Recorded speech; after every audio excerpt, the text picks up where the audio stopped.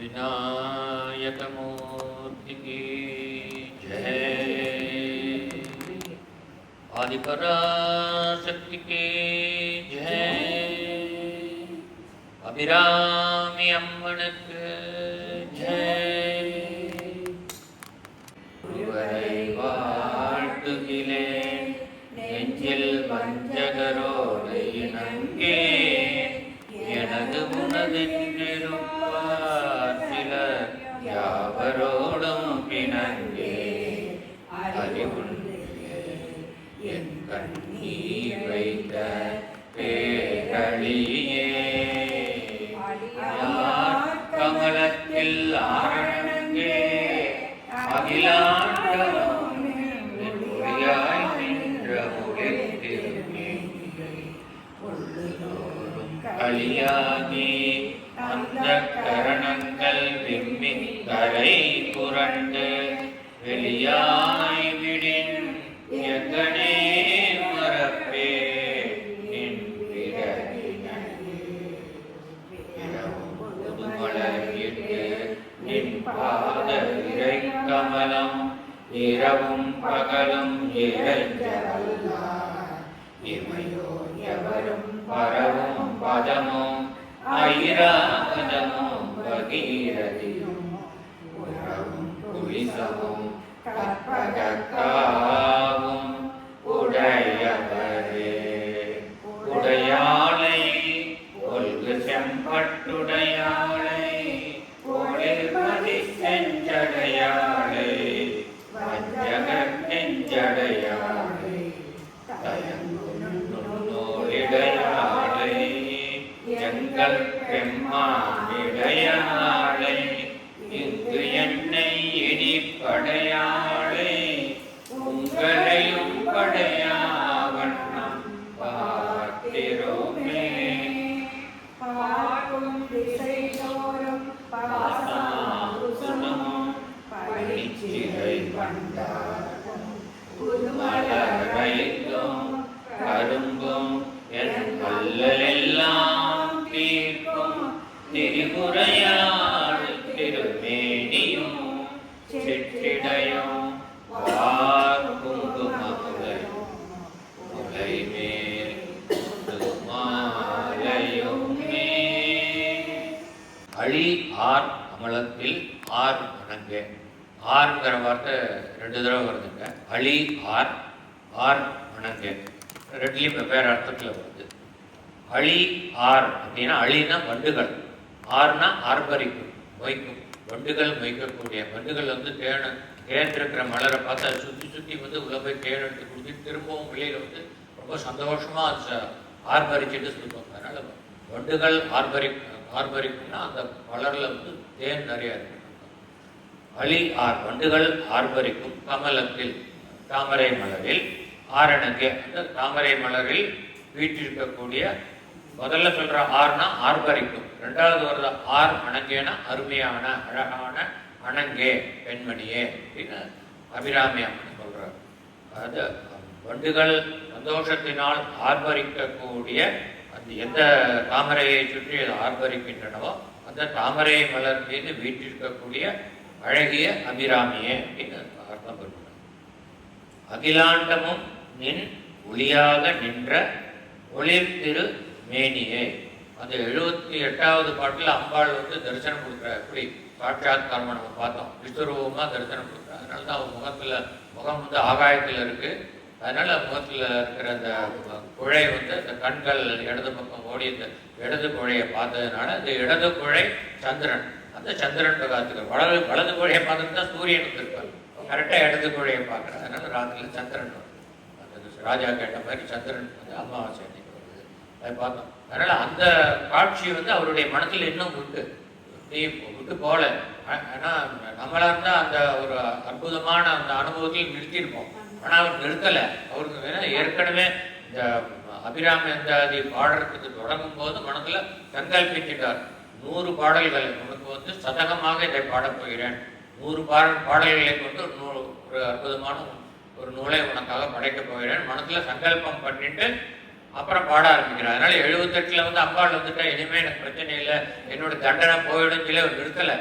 எடுத்துட்ட காரியத்தை முழுக்க நிறைவேற்றணும்னு கண்டினியூ பண்ணுறார். ஆனால் அவர் மனத்தில் வந்து அந்த காட்சி வந்து அப்படியே இருக்கு, அல்லது திரும்ப திரும்ப வருது. அகிலாண்டமும் அகில அண்டங்களும் நீ படைத்த அந்த அனைத்து புவனங்களிலும் நீயே இருக்கிறாய். நின் ஒளியாக நின்ற, அதாவது இந்த அகில புவனங்கள்ல பார்த்தா எவ்வளவோ கேலக்சிஸ், எல்லாம் நட்சத்திர கூட்டங்கள், எல்லாமே ஒளி மிகுந்தா. ஒரு நட்சத்திரமே எவ்வளவு ஒளி, ஒரு ஒரு சின்ன நட்சத்திரமான இந்த சூரியனே நமக்கு கிட்டக்க இருக்கிறனால அவ்வளவு பிரகாசமா இருக்கு. ரொம்ப தள்ளி இருக்கிற நட்சத்திரங்கள்லாம் நமக்கு ஒளி தெரியறதை வழி அது நமக்கு அவ்வளவு பிரகாசமா இல்லை. ஆனா இந்த மாதிரி புவனத்துல கோடானு கோடி எண்ணிக்கை எண்ணவே முடியாத அளவுக்கு நட்சத்திர கூட்டங்கள் இருக்கு. இந்த ஒளி எல்லாமே உன்னுடைய திருமேனியின் ஒளி என்று நான் அறிந்து கொண்டேன். அன்னைக்கு அந்த விஸ்வரூப தரிசனத்தை பார்த்தோன்னே எல்லா இடமும் அம்பாள் தான் இருக்கான்னு தெரிஞ்சுக்கிறது. இந்த அகில கோணமும் அம்பாள் தான் இருக்கா. ஸோ அவளுடைய மேனியினுடைய திருமேனியினுடைய பிரகாசம் தான் நட்சத்திரங்களாக ஒளி ஒளிகின்றது என்ற உண்மையை அவர் புரிந்து கொண்டார். அதுதான் என்ன சொல்றார், அகில அண்டமும் நின் ஒளியாக நின்ற ஒளிர் திருமேனியை. அப்படிப்பட்ட உன்னுடைய அற்புதமான ஒளிவிடக்கூடிய பிரகாச ஜோதி ஸ்வரூபமான உன்னுடைய திருமேனியை உள்ளுதொறும் உள்ளத்தில் நான் நினைக்கும் பொழுது எல்லாம் களியாகி பேரானந்த பெருவெள்ளத்தில் நான் மூழ்கிறேன். பேரானந்த பெருவெள்ளத்தில் மூழ்கி களியாகி அந்த கரணங்கள் விம்மி கரை புரண்டு வெளியாகிவிடேன். அந்த கரணங்கள்னா நம்ம பார்த்தோம், நம்மளுடைய உடம்பை தவிர்த்து மீறி மனசு, புத்தி, அகங்காரம், இதெல்லாம் வந்து அந்த கரணங்கள். மனசு, புத்தி, அகங்காரம், சித்தம், இந்த நாளும் வந்து அந்த கரணங்கள். இது நாளையும் தாண்டி இதெல்லாமே சட்டில். மனசை கண்ணால் பார்க்க முடியாது, ஆனால் புத்தியை பார்க்க முடியாது, சித்தத்தை பார்க்க முடியாது, அப்புறம் வந்து அகங்காரத்தை பார்க்க முடியாது. ஆனால் இதெல்லாம் நம்மளால புரிஞ்சுக்க முடியும். என்னன்னு புத்தினா உண்டுன்னு தெரிஞ்சுக்க முடியும். உடம்ப கண்ணாலேயும் பார்க்க முடியும், புரிஞ்சுக்கவும் முடியும். அதை விட சட்டிலானது இந்த அந்த காரணங்கள். எல்லாத்த விட சட்டிலான நம்ம என்னவா இருக்கோமோ அது சட்டிலஸ்ட் ஆத்மா. நம்ம மனசு கிடையாது, புத்தி கிடையாது, அகங்காரம் கிடையாது, சித்தம் கிடையாது, உடம்பும் கிடையாது. இதெல்லாம் பருப்பொருள். இதுக்கெல்லாம் புறம்பா இருக்கக்கூடிய அந்த சித் ஸ்வரூபம் தான் நம்ம, அதாவது ஆத்ம ஜோதி தான் நம்ம. அது வந்து பரமாத்மா தான், ஜீவாத்மாவா நமக்குள்ள இருக்கு. அந்த சைத்தன்யம், சுத்த சைத்தன்யத்தை தவிர மீதி இருக்கிற அந்த கரணங்கள் எதுவுமே நம்ம இல்லை. ஸோ இதெல்லாத்தையும் நம்ம இல்லாட்டி துரத்தி விட்டுறணும். துரத்தி விட்டா நம்ம சுத்த சைத்தன்யமா இருக்கும். அப்போதான் வந்து அந்த பரமாத்மாவோட ஐக்கியமாக முடியும். எப்போ அந்த நமக்குள்ள இருக்கிற பரமாத்மாவா மட்டும் நம்ம இருக்கோமோ அப்போ நமக்கு வந்து எந்த பரமாத்மா நமக்குள்ள இருக்கோ அந்த பரமாத்மாவை நம்ம புரிஞ்சுக்க முடியும்.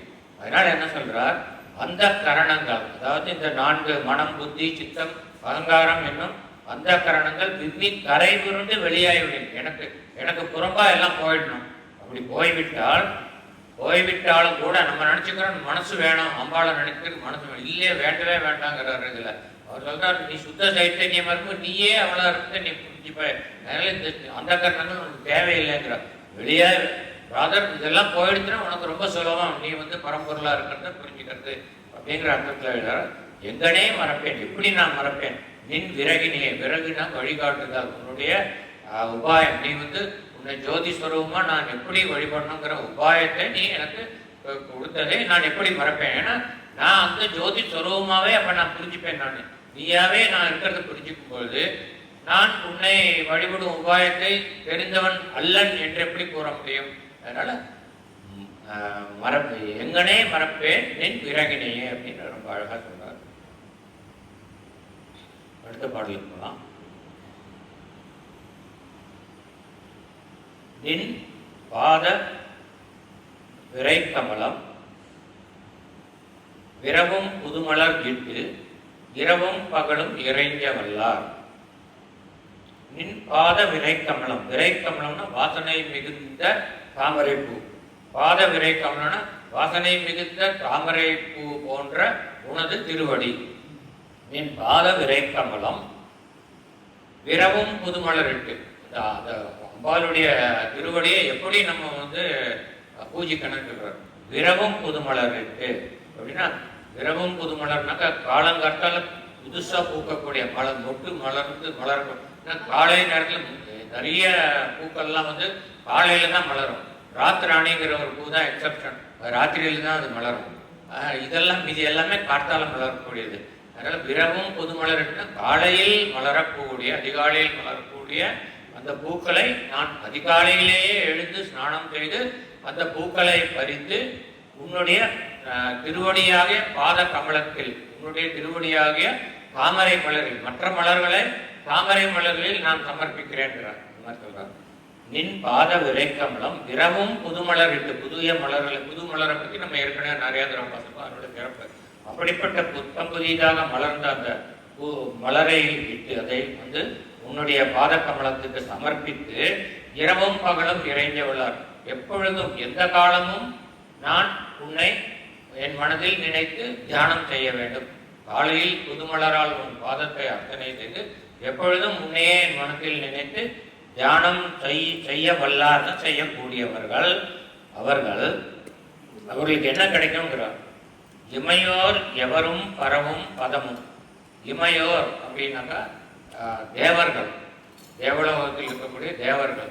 இந்த தேவர்களுக்கு வந்து இமையோர் அப்படிங்கிற பேர் வந்ததுக்கு காரணம் இருக்கும். தெரிஞ்சிருக்கு, கண்ணை இமைக்க மாட்டாவா. நம்ம மனுஷாலாம் நம்ம வந்து கண்ணை சிமிட்டணும், ஒரு நிமிஷத்துக்கு 10 தடவை சிமிட்டணும்னு இவெல்லாம் ஆப்தால்மாலஜிஸ்ட்லாம் சொல்லிட்டு இருக்கா. நம்ம அது சிமிட்டுறமா தெரியாது. அதுதான் வந்து கண்களை வந்து ஆரோக்கியமாக வச்சுக்கிறதுக்கு சிமிட்டணும். ஆனால் தேவர்கள் வந்து கண்ணை இமைக்காமல் இருப்பாள். ஆனால் இப்போ இந்த மொபைல் ஃபோன் வந்த இந்த யுகத்தில் நம்ம எல்லாமே தேவர்கள் ஆகிட்டோம். ஏன்னா கண்ணை சிமிட்டுறது இல்லை. குழந்தை எடுத்துக்கலாம், கண்ணை சிமிட்டாமல் அது பார்த்துட்டு இருக்க, கொஞ்ச நேரம் வெளியில் வெளியே. ஆனால் அப்படி சொல்கிறதுக்கு சொல்லவே மாட்டோம். நம்ம பயந்துப்பேன், பேரண்ட்டை போய் நான் சொல்ல பயந்துப்பேன். ஏன்னா அவன் திருப்பி கேட்டானே என்ன பண்ணுறது, நீ அதே தானே பண்ணிட்டு இருக்க, கண்ணை சிமிட்டாமல் தானே பார்த்துட்டு இருக்க அப்படின்னு கேட்டால் நான் மூஞ்சி ஏற்க வச்சுக்கிறது. அதனால மனசில் நினச்சிப்பேன், இப்போ என் பேரண்ட் அது மாதிரி சொல்லணும்னு சொல்ல மாட்டேன். அது மாதிரி இருக்கு. இப்போ அந்த மாதிரி இப்போ நம்ம எல்லாருமே வந்து இமையோர் ஆகிட்டோம். ஆனால் இமையோர்னா கண்களை சிமிட்டாத தேவர்கள்னு அர்த்தம். இதுக்கு வந்து உங்களுக்கு ஒரு புராண வரலாறு தெரிஞ்சிருக்கும். நலன் தமயந்தின்னு இருக்கா. தமயந்தி அழகில் சிறந்தவள். அவளுக்கு அப்பா வந்து சுயம்பரம் பண்ணுறார், சுயம்பரம் அரேஞ்ச் பண்ணுறார். அப்போ அதுக்கு முன்னாடியே தமயந்தியுடைய மனசு வந்து நலன் மீது ஈடுபாடு கொண்டிருக்கு. அவனையே கணவனாக அடைய வேண்டும். எப்படி ருக்மணி வந்து அப்பா அம்மா வந்து அவளுக்கு திருமணம் நிச்சயத்துக்கு முன்னாடியே கிருஷ்ணனே எனது கணவனாக வேண்டும்னு நினைச்சிட்டு இருக்காளோ அது மாதிரி தமயந்தி நினைச்சிட்டு இருக்கா. அப்போ வந்து தமயந்தியினோட அழகு உலக பிரசித்தம் மட்டும் இல்லை, தேவலோகத்திலேயே பிரசித்தம். அதனால அவளுக்கு சுயம்பரம்னா தேவர்கள் எல்லாருமே அவளை அடையணும்னு சொல்லிட்டு அவள் வரத்துக்கு பார்க்குறான். ஆனால் அவளுக்கு தெரியும் மனசில் இருக்கிறது அவள் வந்து நலனைத்தான் நினைச்சிட்டு இருக்காங்க. எல்லாருமே நலன் மாதிரி உருவத்தை எடுத்துட்டு வந்துடுறா, வந்து சுயம்பரத்தில் வந்துருக்கா. அப்போது இவள் வந்து நலனுக்கு மாலை இடம்னு சொல்லிட்டு வந்து பார்த்தா ஒரே அவளுக்கு அதிசயம். எங்கே பார்த்தாலும் நலனாக இருக்கா, எக்கச்சக்க நலன் இருக்கா. இது யாரு நம்மளுடைய நலன்னு அவளுக்கு தெரியாமல் ரொம்ப இது பண்ண சங்கடப்படுறான். அப்போ மனசில் ஒரு நிமிஷம் தன்னுடைய இஷ்ட தெய்வத்தை பிரார்த்தனை பண்ணோன்னே அந்த தெய்வம் சொல்கிறது, நிறைய வந்து தேவர்கள் வந்து உனக்கு இங்கே வந்து நலன் மாதிரி வந்திருக்கா. அதனால் அவள்லேருந்து நீ வேறுபடுத்தி உன்னுடைய நலனை நீ கண்டிப்பாக நீ அடையாளம் பண்ணி அவனுக்கு மாலை கொடுப்பாங்கிறான். அப்போ அவளுடைய புத்தி தேவர்கள் வந்து இமைக்காதவர்கள்னு தெரியும். அதனால் ஒவ்வொரு நலனையாக பார்த்துட்டு எந்த நலன் கண்ணை இமைக்கிறானோ அவனுக்கு மாலையை கொடுத்துருக்கான். அதனால் எதுக்காக சொல்ல வந்தேன்னா, இமையோர் எவரும் இமைக்காதவர்கள் தேவர்கள், இமையோர் எவரும் பரவும். பரவும்னாக்கா புகழக்கூடிய, அவர்கள் புகழக்கூடிய பதம்னாக்கா பதவி. தேவர்கள் புகழக்கூடிய பதவி தேவேந்திர பதவி. அந்த தேவேந்திர பதவியும் யாருக்கு கிடைக்கும்னா, விரவும் புதுமலரிட்டு நின் பாத விரைக்கமலம் இரவும் பகலும் இறைஞ்ச வல்லார். ராத்திரி பகலா உன்னையே நினைச்சிட்டு இருக்கக்கூடிய அந்த உபாசகர்களுக்கு தேவேந்திர பதவி கிடைக்கும். இது ஏற்கனவே சொன்னது. அவளை பணிமின் கண்டே அமராவதி ஆளுகைக்கேன்னு ஒரு பாட்டில் பார்த்தோம், அதை ஞாபகப்படுத்திக்கலாம். அவளை பணிந்தால் அமராவதி ஆளுகையுடைய அந்த தேவேந்திர பதவி கிடைக்கும்னு பல பாடல்களில் பார்த்துருக்கோம். அதுதான் இங்கே சொல்கிறார். பரவும் பதமும். அதுக்கடுத்து தேவேந்திர பதவி கிடைக்குன்னு சொன்னதுக்கப்புறம் அந்த தேவேந்திர பதவி கிடைச்சா என்னென்ன கிடைக்கும்னு லிஸ்ட்டு போடுறார். ஐராவதம் தேவேந்திரனுடைய சொத்து. ஐராவதம் கிடைக்கும். பகீரதி, பகீரதினாக்கா ஆகாய கங்கை. முதல்ல பூலோகத்தில் கங்கை இருக்கல, ஆகாயத்தில் தான் கங்கை இருக்கா. அந்த ஆகாய கங்கை தேவலோகத்தோட சொத்து. இந்த பகீரதனுடைய பகீரத பிரயத்தனம் சொல்றாங்க. அந்த மாதிரி பிரயத்தனத்தினால அவருடைய தபத்தினால அந்த ஆகாய கங்கையை பூமிக்கு கொண்டு வந்து நம்ம பூலோகத்தில் கங்கையாக ஓடுறோம். அந்த பூலோக கங்கையை நம்மெல்லாம் சேர்ந்து நரக கங்கையாக மாற்றிட்டோம். அதே இப்போ மோடி பெரிய மனசு பண்ணி அதை திரும்ப வந்து ஆகாய கங்கை இல்லைனாலும் பூலோக கங்கையாக மாற்ற முயற்சி பண்ணிட்டு இருக்கா. அது அந்த அந்த முயற்சி வெற்றி அடையணும்னு நம்ம நினச்சிக்கலாம். இப்போ அந்த ஐராவதம் பகீரதி, அந்த ஆகாய கங்கை, அந்த ஆகாய கங்கை தேவலோகத்தினுடைய சொத்து. பகீரதையும் உறவும் குளிசமும், உறவும்னா வலிமையான மிக்க வலிமை மிக்க, குளிசம்னாக்கா வஜ்ராயுதம், வலிமை மிக்க வஜ்ராயுதம். அது தேவேந்திரனுடைய சொத்து, அதுவும் உனக்கு சேரும். உறவும் குளிசமும் கற்பக காவும், ஒரு கற்பக மரம் இல்லை, காவனாக்கா சோலை, கற்பக மரங்கள் அடர்ந்து வளர்ந்த சோலை, அதுவும் உனக்கு சொந்தம். ஒரு கற்பகம் வந்தாலே அங்கே போய் கேட்டால் என்ன வேணா கிடைக்கும், அவ்வளவு கற்பகம் இருக்கும்போது எது வேணா கிடைக்குங்கிற அர்த்தம். கற்பக காவும் உடையவரே, இவை அனைத்திற்கும் உரிமை உடையவராக, பாத்தியத்தை உடையவர்களாக ஆவார்கள். எவர்கள் என்றால் இரவும் பகலும் அம்பிகையின் திருவடியை இறைஞ்சவள்ளார்கள். திருவடியை நினைத்து துதித்து அதை தியானம் செய்ய வல்லவர்கள் இந்த தேவேந்திர பதவியும் அதற்கு உண்டான அனைத்து சின்னங்களையும் அனைத்து செல்வங்களையும் அடைவதற்கு தகுதி பெறுவார்கள் அப்படிங்கிறார். அடுத்த பாடலுக்கு போகலாம். உடையாளை, உடையாளை அப்படின்னாக்கா ஒன்று உடையை உடுத்தியவள் அர்த்தம். இந்த இடத்துல அந்த அர்த்தத்தில் சொல்லலை. உடைமை உடையவள், பாத்தியதை உடையவள், ஓனர்ஷிப். எதுக்கு ஓனர்ஷிப்னாக்கா இந்த அனைத்து புவனத்திற்கும் உடைமை உடையவள். ஏன்னா அம்பாள் படைச்சது தான் இந்த அகில சராசரம் அத்தனையும், இந்த அனைத்து புவனமும் நம்ம பூமியும் நம்ம எல்லாம் சேர்த்து அம்பாள் படைத்தது. அம்பாள் படைத்த அனைத்திலும் அவள் இருக்கிறாள், அதற்கு புறம்பிலும் இருக்கிறாள். அவள் படைத்த அனைத்தும் அவளுக்கே சொந்தம். அதனால அனைத்துக்கும் அவள் சொந்தம், அவள் சொந்தம், அதாவது அனைத்திற்கும் உடைமை உடையவள் அப்படிங்கிற இடத்துல உடையாளை அப்படிங்கிறார். ஒல்கு செம்பட்டு உடையாளை, அது உடையாளைங்கிற ரெண்டு இடத்துல வருது அந்த வார்த்தை. முதல்ல வர்றது உடையாளைங்கிறது உடைமை உடையவள், ரெண்டாவது ஆடை உடையாளை. ஒல்குனா அழகிய மெல்லிய இடை, அந்த இடையினில் உடுத்திய செம்பட்டு சிவந்த பட்டாடை உடுத்தியவள் உடையாடை, ஆடையை உடுத்தியவள். அம்பாள் சிவந்த பட்டாடையை உடுத்தினவள்ங்கிறது நமக்கு பல பாடல்களில் சொல்லியிருக்கார். சின்னஞ்சிறிய மருங்கினில் சாத்திய செய்யப்பட்டும் பாட்டில் பார்த்தோம். அந்த சின்னஞ்சிறிய மருங்கு தான் இங்கே ஒல்குன்னு சொல்றார். அழகிய மெலிந்த இடையினில், அதாவது மின்னலும் தோக்கும்படியான சிறிய இடைன்னு சொல்லி நம்ம மின் குறை காட்டின்னு ஒரு பாட்டில் பார்த்தோம் இல்லையா, அதுதான் சொல்றார். ஒல்கு செம்பட்டு உடையாளை. செம்பட்டுங்கிறத பல நம்ம லலிதா சாஸ்திரத்துலையும் பார்த்தோம். அருணாருண கௌசும்ப வஸ்திரான்னு பார்த்தோம், அதுதான் இதில் வருது. ஒல்கு செம்பட்டு உடையாளை ஒளிர்மதி செஞ்சடையாளை,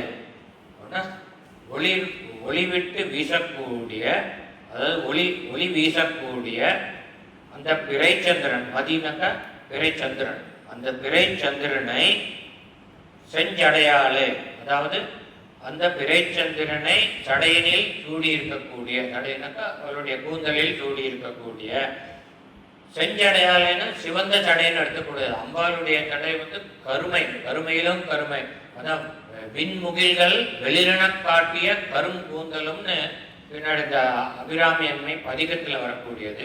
அதாவது விண்முகில்கள், அம்பாள் எப்பவுமே சாட்சாத்காரமாக தான் இருக்குது. சாட்சாத்காரமாக தரிசனம் கொடுத்துட்டா 78வது பாட்டில் விஸ்வரூபமா. அதனால விஸ்வரூபமா தான் அவர் எப்பவுமே மனசில் நினைக்கிறார். அப்படி இந்த விஸ்வரூபமா அம்பாளை பார்க்கும் பொழுது அவளுடைய முகம், அந்த முகத்தில் இருக்க கூந்தல் எல்லாமே ஆகாயத்தில் இருக்கு. அந்த கூந்தலுக்கு பக்கத்தில் கொஞ்சம் வெள்ளை மேகங்கள் போயிட்டு இருக்கு. அது அவ்வளவு வெள்ளை இல்லை, ஆனால் இந்த கருமையான கூந்தலுக்கு பக்கத்தில் அந்த மேகங்களை பார்க்கும்போது உங்களுக்குலாம் தெரியும், கான்ட்ராஸ்ட், இந்த புடவை எல்லாம் எடுக்கும்போது கான்ட்ராஸ்ட் பார்த்து எடுக்கல. அந்த கான்ட்ராஸ்ட் கான்செப்ட் படி இந்த கருமையான கூந்தலுக்கு பக்கத்தில் வரக்கூடிய இந்த மேகங்கள் வெண்மேகங்கள் மிக மிக அதிக வெண்மையாக தோற்றம் அளிக்கிறது. அதனால்தான் முகில்கள் வெளிரென காட்டிய கருங்கூந்தல். அதனால அம்பாளுடைய கூந்தல் கருப்பு தான். ஆனால் இங்கே செஞ்சடையாலேனா சிவந்த சடைன்னு அர்த்தம் எடுத்துக்கூடாது, செம்மையான சடைன்னு. ஏற்கனவே சொல்லிட்டு செஞ்சடைன்னு 2 அர்த்தம் இருக்கு. செம்மைனாக்கா சிறப்பானதுன்னு அர்த்தம்.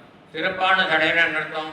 மிக நீண்ட அடர்ந்த கூந்தல், கருமையான கூந்தல். இதுதான் ஒரு கூந்தலுக்கு லட்சணம். ஒரு அழகான கூந்தல்னாக்கா நீண்ட கூந்தலாக இருக்கணும், அடர்ந்த கூந்தலாக இருக்கணும், கருமையான கூந்தலாக இருக்கணும்.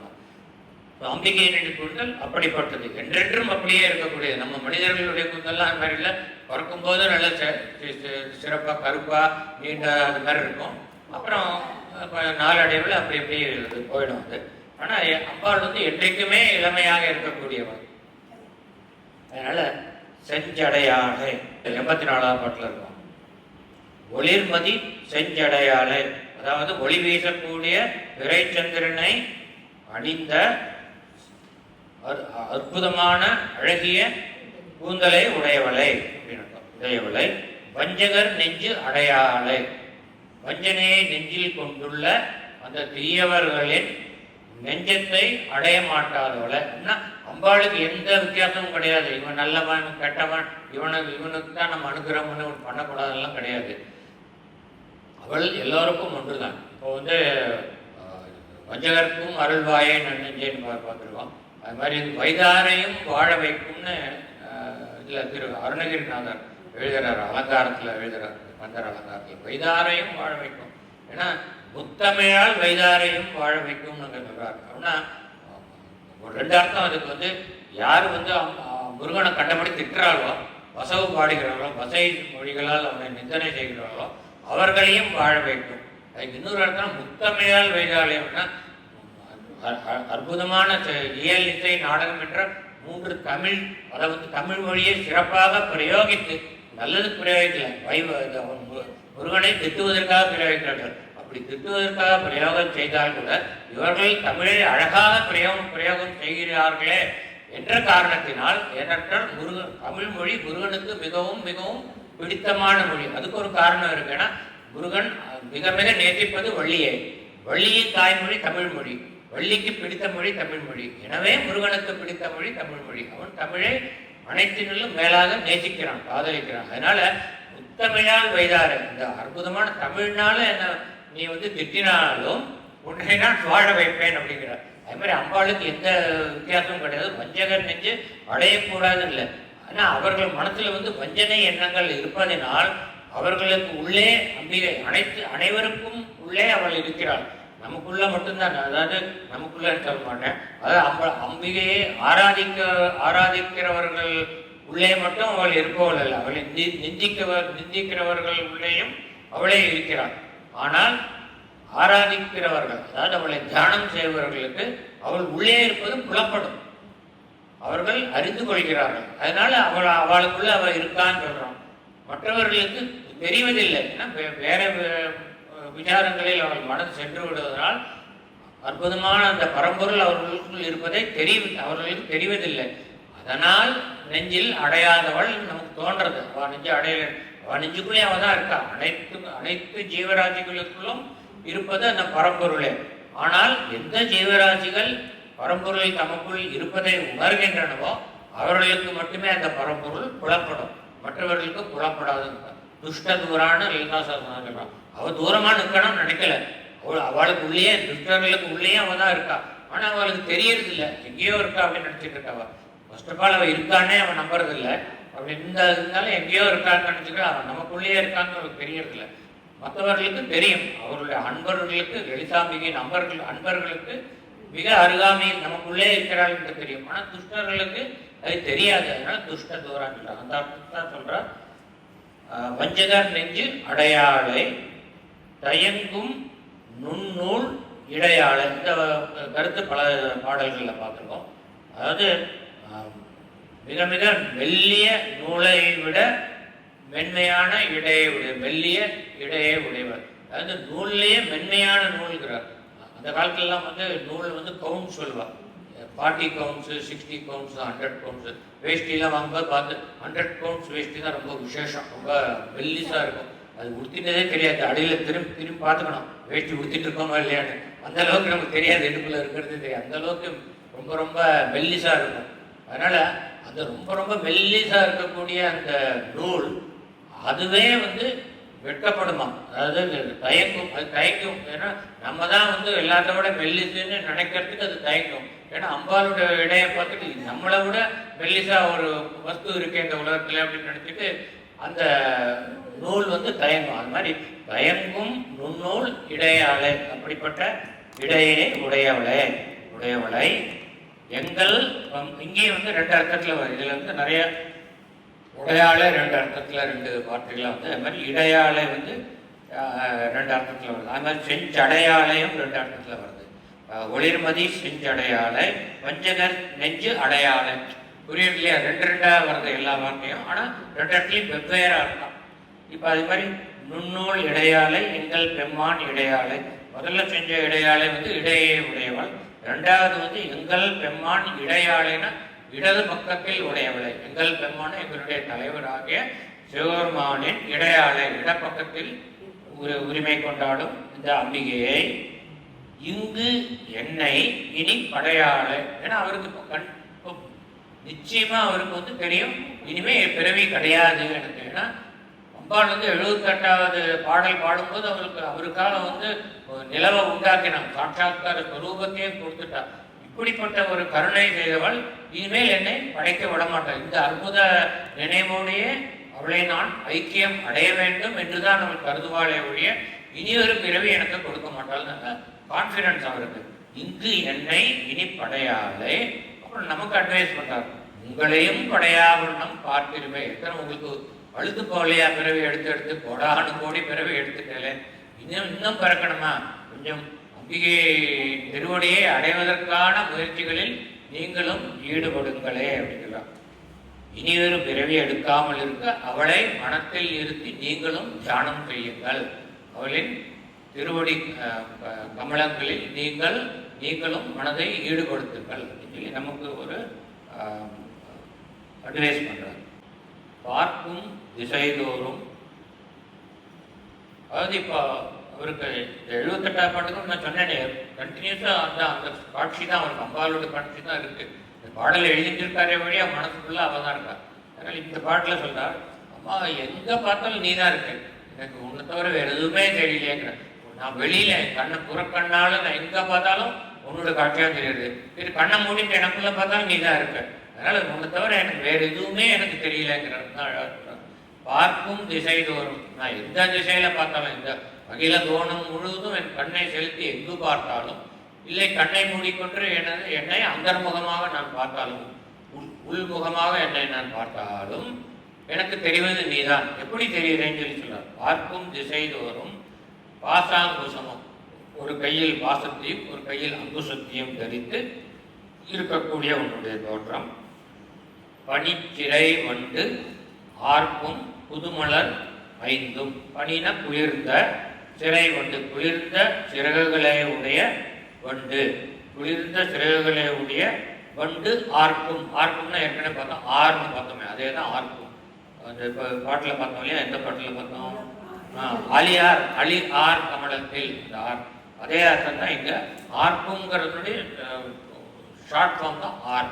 இங்கே வந்து ஆர்க்கும்னு முழுசாக போடுறார். ஆர்க்கும்னா ஆர்ப்பரிக்கும், உங்கள் பாட்டு அதே அர்த்தம் தான். ஆர்ப்பரிக்கும் அல்லது மொய்க்கும்.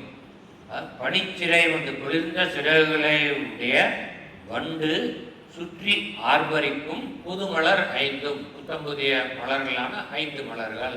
என்ன மலர்கள் தெரியும் நமக்கு? தாமரை, நீலோத்பலம், அல்லி, முல்லை, பிரம்மா, அசோகம்.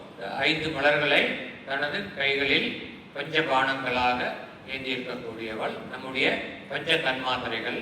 அவைகளை தனது 5 மலர்கணைகளாக தனது கையில் ஏந்தியிருக்கக்கூடியவள். என்னெல்லாம் அம்பாள்கிட்ட பார்க்குறான்னு சொல்கிறோம். உன்னுடைய உருவத்தை பார்க்கும்போது எல்லாம் எனக்கு தெரியறது. பாசாங்குசம் தெரியறது, அப்புறம் புது மலர் 5 தெரியறது, கரும்பு வில் தெரியறது.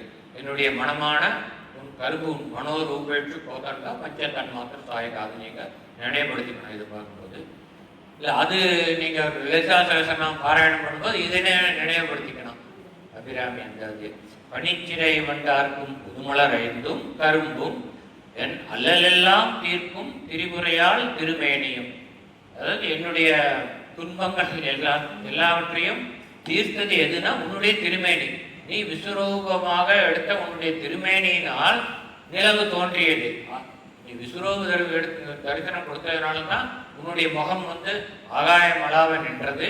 அப்பொழுது இந்த முகத்திலிருந்து உன்னுடைய இடது காதின் குழை நிலவாக ஆகாயத்தில் ஜோதி விட்டு பிரகாசித்தது. எனவே உன்னுடைய திருமேனி தான் என்னை காப்பாற்றியது அப்படிங்கிறார். பார்க்கும் திசை தோறும் பாசாங்குசமும் பனிச்சிறை வந்தார்க்கும் புதுமலர் ஐந்தும் கரும்பும் என் அல்லலெல்லாம் தீர்க்கும். என்னுடைய துன்பங்கள் அனைத்தையும் தீர்த்தது திருமுறையால் திருமேனி, உன்னுடைய திருமேனி, உன்னுடைய விஸ்வரூப தரிசனம்தான் என்னுடைய அல்லல்களை தீர்த்தது அப்படிங்கிறார். திருமேனியும் சிற்றிடையும் நம்ம பல தடவை பார்த்துருக்கோம். சிறிய இடையும் சின்னஞ்சிறிய இடையும் வார் குங்குமம் விளையும். வார்னாக்கா அந்த காலத்தில் பெண்கள்லாம் வந்து கச்சைன்னு ஒன்று போட்டுப்பான் மார்பில். அந்த கச்சையை தான் வார்னு தமிழோட பேர். அந்த மார் கச்சை. அந்த கச்சையை அணிந்த வார் குங்கும முளையம். அந்த கச்சையை அணிந்த குங்குமம் பூசப்பட்ட அல்லது குங்கும நிறத்தை உடைய சிவந்த நிறத்தை உடைய மார்பகங்களும் முளைமேல் முத்து மாலை மேல் அந்த அழகான மார்பகங்களின் மேல் அணிந்த முத்து மாலை, இதோட நீ எனக்கு காட்சி கொடுக்கிறாய் அப்படின்னு சொல்லி, நான் பார்க்கும் திசைதோறும் இதைத்தான் நான் பார்க்கிறேன் அப்படின்னு சொல்றார். அடுத்த பாட்டுக்கு போகலாம். இந்த பாட்டில் வந்து நம்ம ஒரு பர்டிகுலர் ஆர்டரில் பார்த்தா தான் இது அர்த்தம் புரிஞ்சுக்க முடியும். மால் அயன் தேட மறை தேட வானவர் தேட நின்ற காலையும் சூடக கையையும் கொண்டு கதித்த கப்பு வேலை வெண்காலன் என்மேல் விடும்போது வெளியில் கண்டார் பாலையும் தேனையும் பாகையும் போலும் பனிமொழியே. சரி, எங்கிருந்து ஆரம்பிக்கலாம்? கடைசி வரியிலிருந்து ஆரம்பிக்கலாம். பாலையும் தேனையும் பாகையும் போலும் பனிமொழியே. பால், தேன், பாகு. சக்கரை பாகு வேண்டாம், வெள்ளைப்பாகு எடுத்துக்கலாம். அதுதான் உடம்பு நல்லது. பால், தேன், வெள்ளைப்பாகு இது மூன்றையும் கலந்தால் எவ்வளவு சுவை இருக்குமோ, எவ்வளவு இனிமை இருக்குமோ, அப்படிப்பட்ட சுவையுடன் இனிமையுடன் பேசக்கூடியவள் அம்பிகை. போலும் பனிமொழிய குளிர்ச்சியான பால் வந்து நம்ம வந்து சூடான பாலில் தேன் விட மாட்டோம், பிரித்து போயிடும். பாலை ஆற வச்சு தான் விடுவோம். அதுக்கப்புறம் வந்து அதை குளிர வைத்து அதுக்கப்புறம் நம்ம குடிப்போம். அதுக்கு நிவேதனம் செய்து அப்புறம் நம்ம குடிப்போம். அதனால பாலையும் தேனையும் பாகையும் போலும் பனிமொழியை குளிர்ந்ததுக்கு நம்ம கேட்கக்கூடாது. பால் சூடாக இருக்குமே அப்புறம் அப்படி குளிர்ந்த பாலை வந்து ஆற வச்சு குளிர செய்து அதன் பிறகு தேனையும் பாலையும் கலந்து செய்தார் போன்ற அந்த குளிர்ச்சியான அந்த இனிமையான வார்த்தைகளை பேசக்கூடியவளே பனிமொழியே. அடுத்தது கதித்த கப்பு. அடுத்த இரண்டாவது வரியினுடைய கடைசி வார்த்தை. கதித்த கப்பு வேலை வெண்காலன் என்மேல் விடும்போது முதல்ல அம்பாவை அட்ரஸ் பண்ணிடுறார். பனிமொழியே சொல்லிட்டு என்ன சொல்றாருனாக்கா, கதித்தனாக்கா மேல் நோக்கி இருக்கக்கூடிய, கதித்த கப்புனாக்கா மூன்று முகங்களை உடைய வேல், மேல் நோக்கி இருக்கக்கூடிய மூன்று முகங்களை உடைய வேல்னா திருசூலம். திருசூலம் மூன்று முகங்கள், மூணுமே வேல் மாதிரி இருக்கும். இப்போ மூன்று வேலை ஒன்றாக சேர்த்தால் போல் இருக்கும். திருசூலத்தை கதித்த கப்பு வேலை வெண்காலன் கொடிய யமன் என்மேல் விடும்பொழுது, அதாவது எனது ஆவியை பறிக்க யமன் வரும்பொழுது, அவன் வருவதற்கு முன்பாக எல்லாருமே வேண்டுவது அதுதான். யமன் வரத்துக்கு முன்னாடி நீ வந்து என்ன உன்னோட ஐக்கியப்படுத்திக்கோ. ஏன்னா இந்த தத்துவத்தை நம்ம பல பாடல்களில் பார்த்துருக்கோம். யம தூதர்களோ யமனோ வந்து நம் உயிரை பறித்து கொண்டு சென்றால் நமக்கு மறுபிறவி கட்டாயம் உண்டு. யமனே நேரில் வந்தாலும் ஒரு புண்ணியாத்மான்னு அர்த்தம். அந்த புண்ணியத்துக்கு தகுந்த மாதிரி ஒரு நல் பிறவி கிடைக்குமே வழியான பிறவி உண்டு. இல்லை என்றால் நீ அதிக புண்ணியாத்மாவாக இருந்தால் சில காலம் தேவலோகத்தில் இருந்துவிட்டு பிறகு மறுபடியும் பூமிக்கு வர வேண்டும். பேரானந்தம் என்றென்றும் நித்திய பேரானந்தத்தை அடைய முடியாது. யமனோ யமதூதர்கள், யமதூதர்கள்னாக்கா பாவாத்மாக்களை கூட்டிட்டு போறதுக்கு வருவான். ஏன்னா அப்புறம் கூட்டிட்டு போயிட்டு உடனே பூமியில மறக்க வைப்பான். அது பாவத்துக்கு உண்டான தண்டனை தகுந்த மாதிரி அந்த ஒரு அற்பமான பிறவியை எடுக்கும்படியாக வைப்பான். அதனால நம்ம வந்து என்ன கடவுள் இந்த மாதிரி படிச்சுட்டாருன்னு நம்ம வந்து இது அர்த்தமே இல்லை. ஏன்னா நம்மளுடைய பிறவியை நாம தான் செலக்ட் பண்ணிக்கிறோம். நம்ம எந்த மாதிரி நல்பிறவி எடுக்க வேண்டுமா தீய பிறவி எடுக்க வேண்டுமா என்பது இந்த பிறவியில் நாம் செய்யும் காரியங்களே நிர்ணயிக்கின்றன. மற்றபடி இறைவன் என்ற ஒருவன் நீ இங்கே போய் இந்த கர்ப்பத்தில் சேரு, நீ இந்த கர்ப்பத்தில் சேரு என்று நம்மை அனுப்புவதில்லை. நாமே எந்த கர்ப்பத்தில் போய் சேர வேண்டும் என்பதை நாமே நிர்ணயித்துக் கொண்டு அந்த கர்ப்பத்தில் நாம் சேருகிறோம் அடுத்த பிறவியில். ஏன்னா நம்ம செய்கிற இந்த ஜென்மத்தில் நாம் செய்யக்கூடிய வினைகளுக்கு தகுந்த பலன்களை அனுபவிக்க வேண்டும் என்றால் எங்கு சென்று பிறந்தால் அந்த பலன்களை அனுபவிக்க முடியுமோ அங்கு போய் சேருகிறோம். நம்ம வந்து இந்த ஜென்மத்தில் நிறைய பாவங்கள் பண்ணியிருந்தா அந்த பாவத்துக்கு உண்டான தண்டனையை அனுபவிக்கிற மாதிரி ஒரு கஷ்டமான பிறவி, கஷ்டமான நிலையை எய்தக்கூடிய அந்த ஒரு கர்ப்பத்தில் சென்று நாம் சேருவோம் இந்த மாதிரி. அதனால இதுக்காக சொல்ல வந்து கதித்த கப்பு வேலை வெண்காலன் என்மேல் விடும்போது அந்த யமதர்மன் வந்து என்னை வந்து இழுத்துட்டு போனான்னா எனக்கு இன்னொரு பிறவி வந்துருவேன். அது இவர் வந்து மாறி மாறி இவருடைய மூடு வரதுன்னு தெரியாது. அதெல்லாம் எனக்கு மறுஜென்மமே கிடையாதுன்னு போன பாட்டில் சொன்னார். இதில் வந்து திரும்பவும் கொஞ்சம் டவுட்டு, ஐயோ ஒரு வேலை யமன் வந்துடணும், அப்படி வந்தா அம்மா நீ வந்து கிட்ட கூட்டிட்டு போயிடு அப்படிங்கிறார் அவர். வெண்காலன் என்மேல் விடும்போது அடுத்தது என்ன எடுத்துக்கணும்னாக்கா, மால் அயன் தேட மறை தேட வானவர் தேட நின்ற காலையும் சூடக கையையும் கொண்டு அதை அடுத்து எடுத்துக்கலாம். அப்படி யமதர்மன் என் மேல் அந்த சூலத்தை விடுவதற்காக வரும் காலத்தில் நீ வர வேண்டும். எப்படிப்பட்ட நீனாக்கா, மால் அயன் தேட திருமாலும் பிரம்மனும் தேடி கண்டுபிடிக்க முடியாத நான்மறைகளும் தேடி கண்டுபிடிக்க முடியாத, வானவர் தேட தேவர்களும் தேடி கண்டுபிடிக்க முடியாத அப்படி நின்ற, அப்படி விஸ்வரூபமாக சாட்சாத்காரமாக நின்ற காலையும், உன்னுடைய கால் தான் வந்து பூமியில் இருக்கிற மனுஷர்களுக்கு தெரிஞ்சு, உன்னுடைய முழு உடம்பு தெரியல.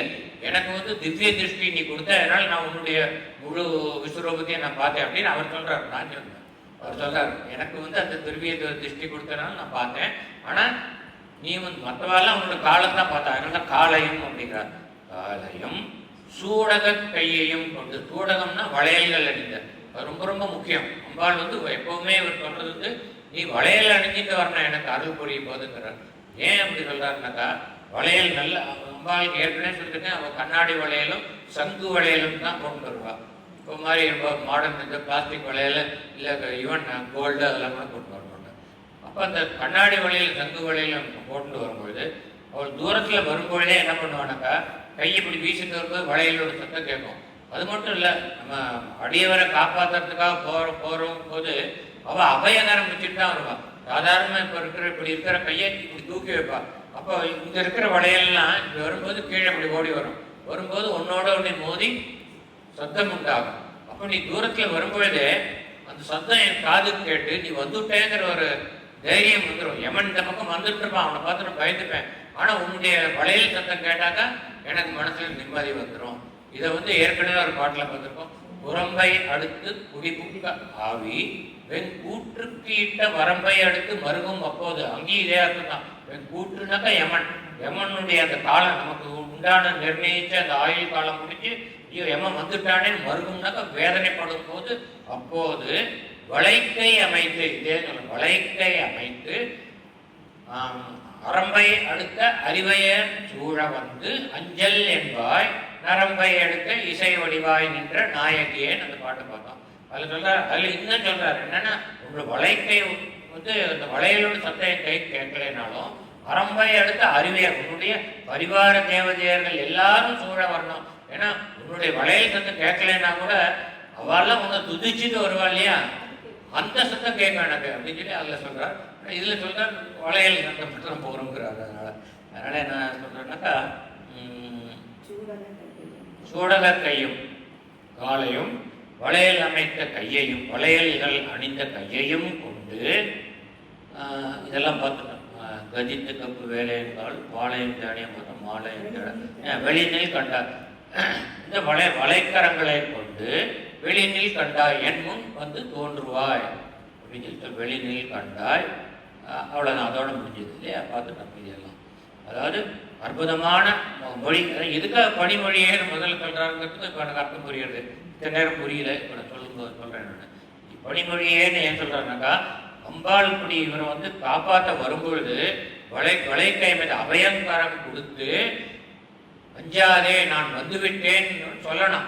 அந்த சொல்லக்கூடிய வார்த்தை இவர் காதில் மிக இனிமையாக குளிர்ச்சியாக ஒழிக்கும். அதனால தான் பனிமொழியேன்னு சொல்றார். இனிமையாக இருக்குங்கிறதுக்காக பாலும் தேனும் பாகுங்கிறார். அது மூணு கலந்த மாதிரி இனிமையாக காதில் ஒழிக்கும். நீ பயப்படாதேன்னு சொல்றது.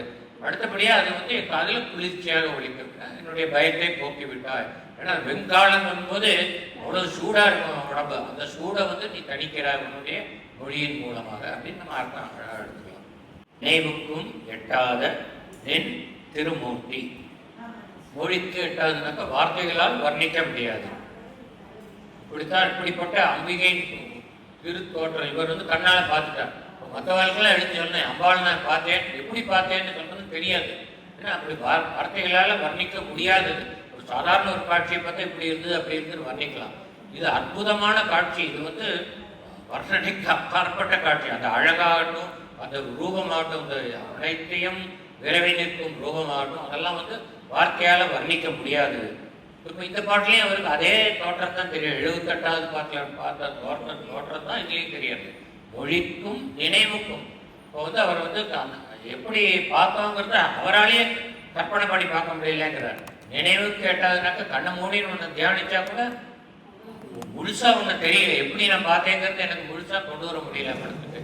அவரால் முடியறது இருந்தால் கூட அவர் சொல்லிக்கிறார் அப்படி கொண்டு வர முடியல. அப்படிப்பட்ட அற்புதமான திவ்யமான சுரூபம் முன்னெடுத்து மொழிக்கும் வார்த்தைகளால் வர்ணிக்க முடியாததாகவும் கற்பனை செய்து பார்க்க முடியாததாகவும் உள்ள நின் திருமூர்த்தி உன்னுடைய அற்புதமான அந்த சௌந்தர்யமான விஸ்வரூப காட்சி அது எந்த விழிக்கும் வினைக்கும் வெளி நின்றதால், அதாவது எந்த வினைக்குங்கிறது வந்து வினையினால், என்னுடைய நல்வினையினால், நான் முன் ஜென்மங்களில் செய்த நல்வினையினால் எந்த விழிக்கும் வெளி நின்றதால், நான் முன் ஜென்மங்களில் செய்த நல்வினை காரணமாகத்தான் இப்படிப்பட்ட உன்னுடைய திருமூர்த்தி என் விழிக்கு புலப்பட்டது அப்படிங்கிறார். திவ்ய தரிசனம் வந்து அவருக்கு, அதாவது அர்ஜுனனுக்கு வந்து இவர் கிருஷ்ண பரமாத்மா வந்து அவர் திவ்ய திருஷ்டியை கொடுக்குறார். அவருடைய அந்த விஸ்வரூப தரிசனத்தில் பார்க்க முடியல அர்ஜுனால, கண்ணை முடிக்கிறான், என்னை பார்க்க முடியலையே கிருஷ்ணாங்கிறான். அப்போ திவ்ய திருஷ்டி கொடுத்து பார்க்க வைக்கிறார், பார்க்குறான். அதுக்கப்புறம் வந்து அவன் பார்த்துட்டு போரும் கிருஷ்ணா அப்படிங்கிறார், திவ்ய திருஷ்டியை எடுத்துரு அப்படின்னு. அந்த அளவுக்கு அற்புதமான அந்த காட்சிட்டு அது மாதிரி இதுன்னு சொல்றார் அவர்.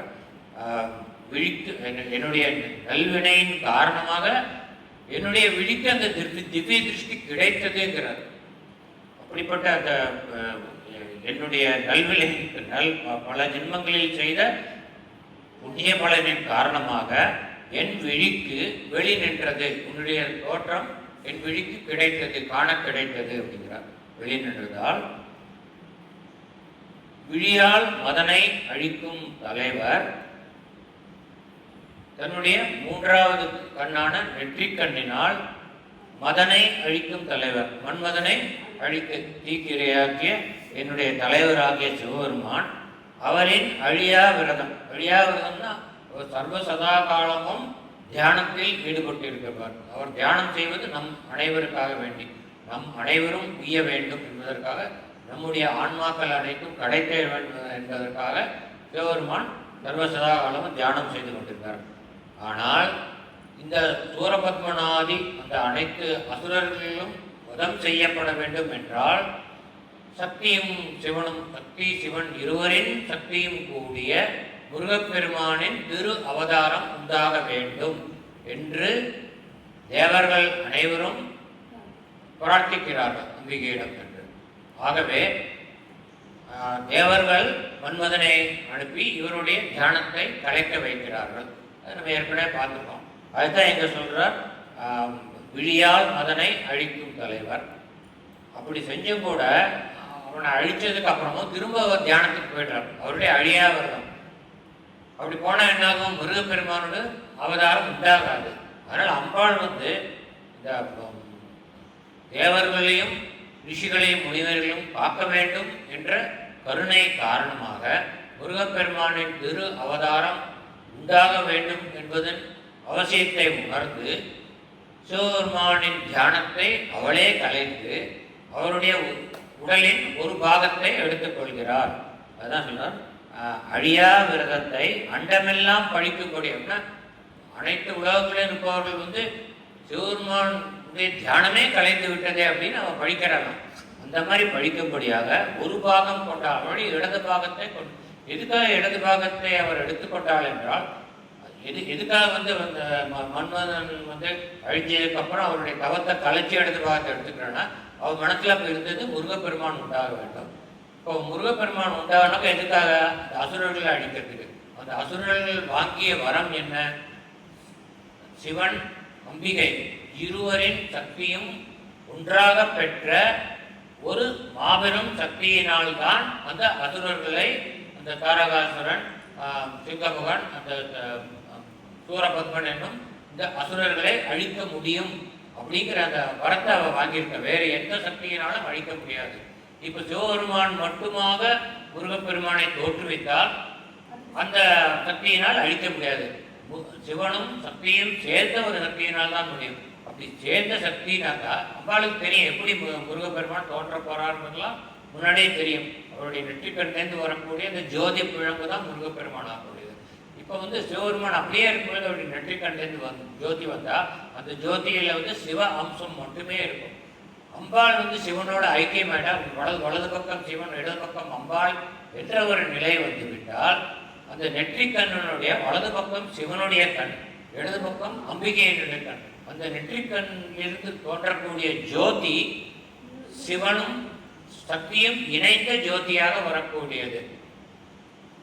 அப்படிப்பட்ட ஜோதி இருவரின் அம்சமாக, அதுதான் நம்ம இதில் பார்க்குறோம். ஓருருவாகிய தாரக பிரமத்து ஒரு வகை தோன்றது இரு மரபெய்தி, இரண்டு மரபுகள் சிவமரபு சக்தி மரபு என்ற இரு மரபுகளை எழுதி முருகப்பெருமானாக அவதரித்தார்னு இந்த அருணகிரிநாதர் இந்த பாடலில் கூறுகிறார்.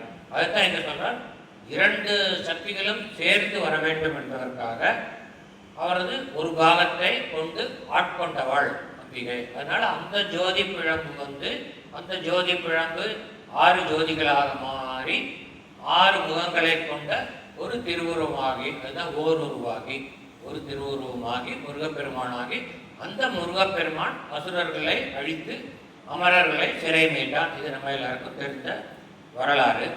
அதுதான் இங்க சொல்றார், அண்டமெல்லாம் ஒழிக்கும்படி ஒரு பாகம் கொண்டு ஆளும் பராபரையே. பராபரைனாக்கா சிறந்தவை அனைத்தையும் விட சிறந்தவளே அப்படின்னு அர்த்தம். பாட்டுக்கு டைம் இருக்கா?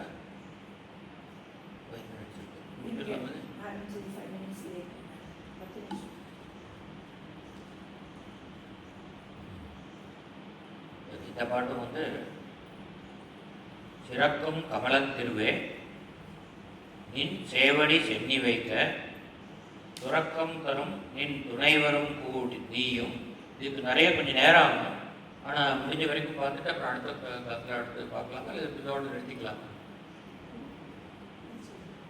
இது ஒரு மேலே இருந்த வழியாக அர்த்தம் பார்த்துட்டு நீயும் துரியமற்ற உறக்கம் தர வந்து, துரியமற்றன்னு சொல்றதுக்கே எனக்கு 10 நிமிஷம் ஆயிடுங்க. உடம்போடு வரம் என்றாமா அது சொல்லிடலாம். 88வது படம் இல்லையா?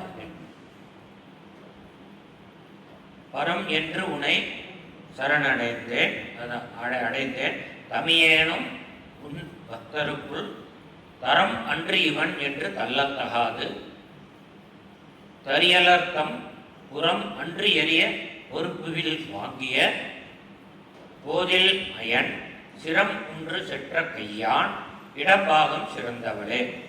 இது வந்து இங்கே நம்ம தரியலர்லேருந்து ஆரம்பிக்கலாம். தரியலர் அப்படின்னா பகைவர்கள் அசுரர்கள் அப்படின்னு அர்த்தம். தரியலர் தம் புறம், புறம்னா திரிபுரம், வேற உங்களுக்கு தெரிஞ்சிருக்கும் பல பாடல்கள் பார்த்தோம்.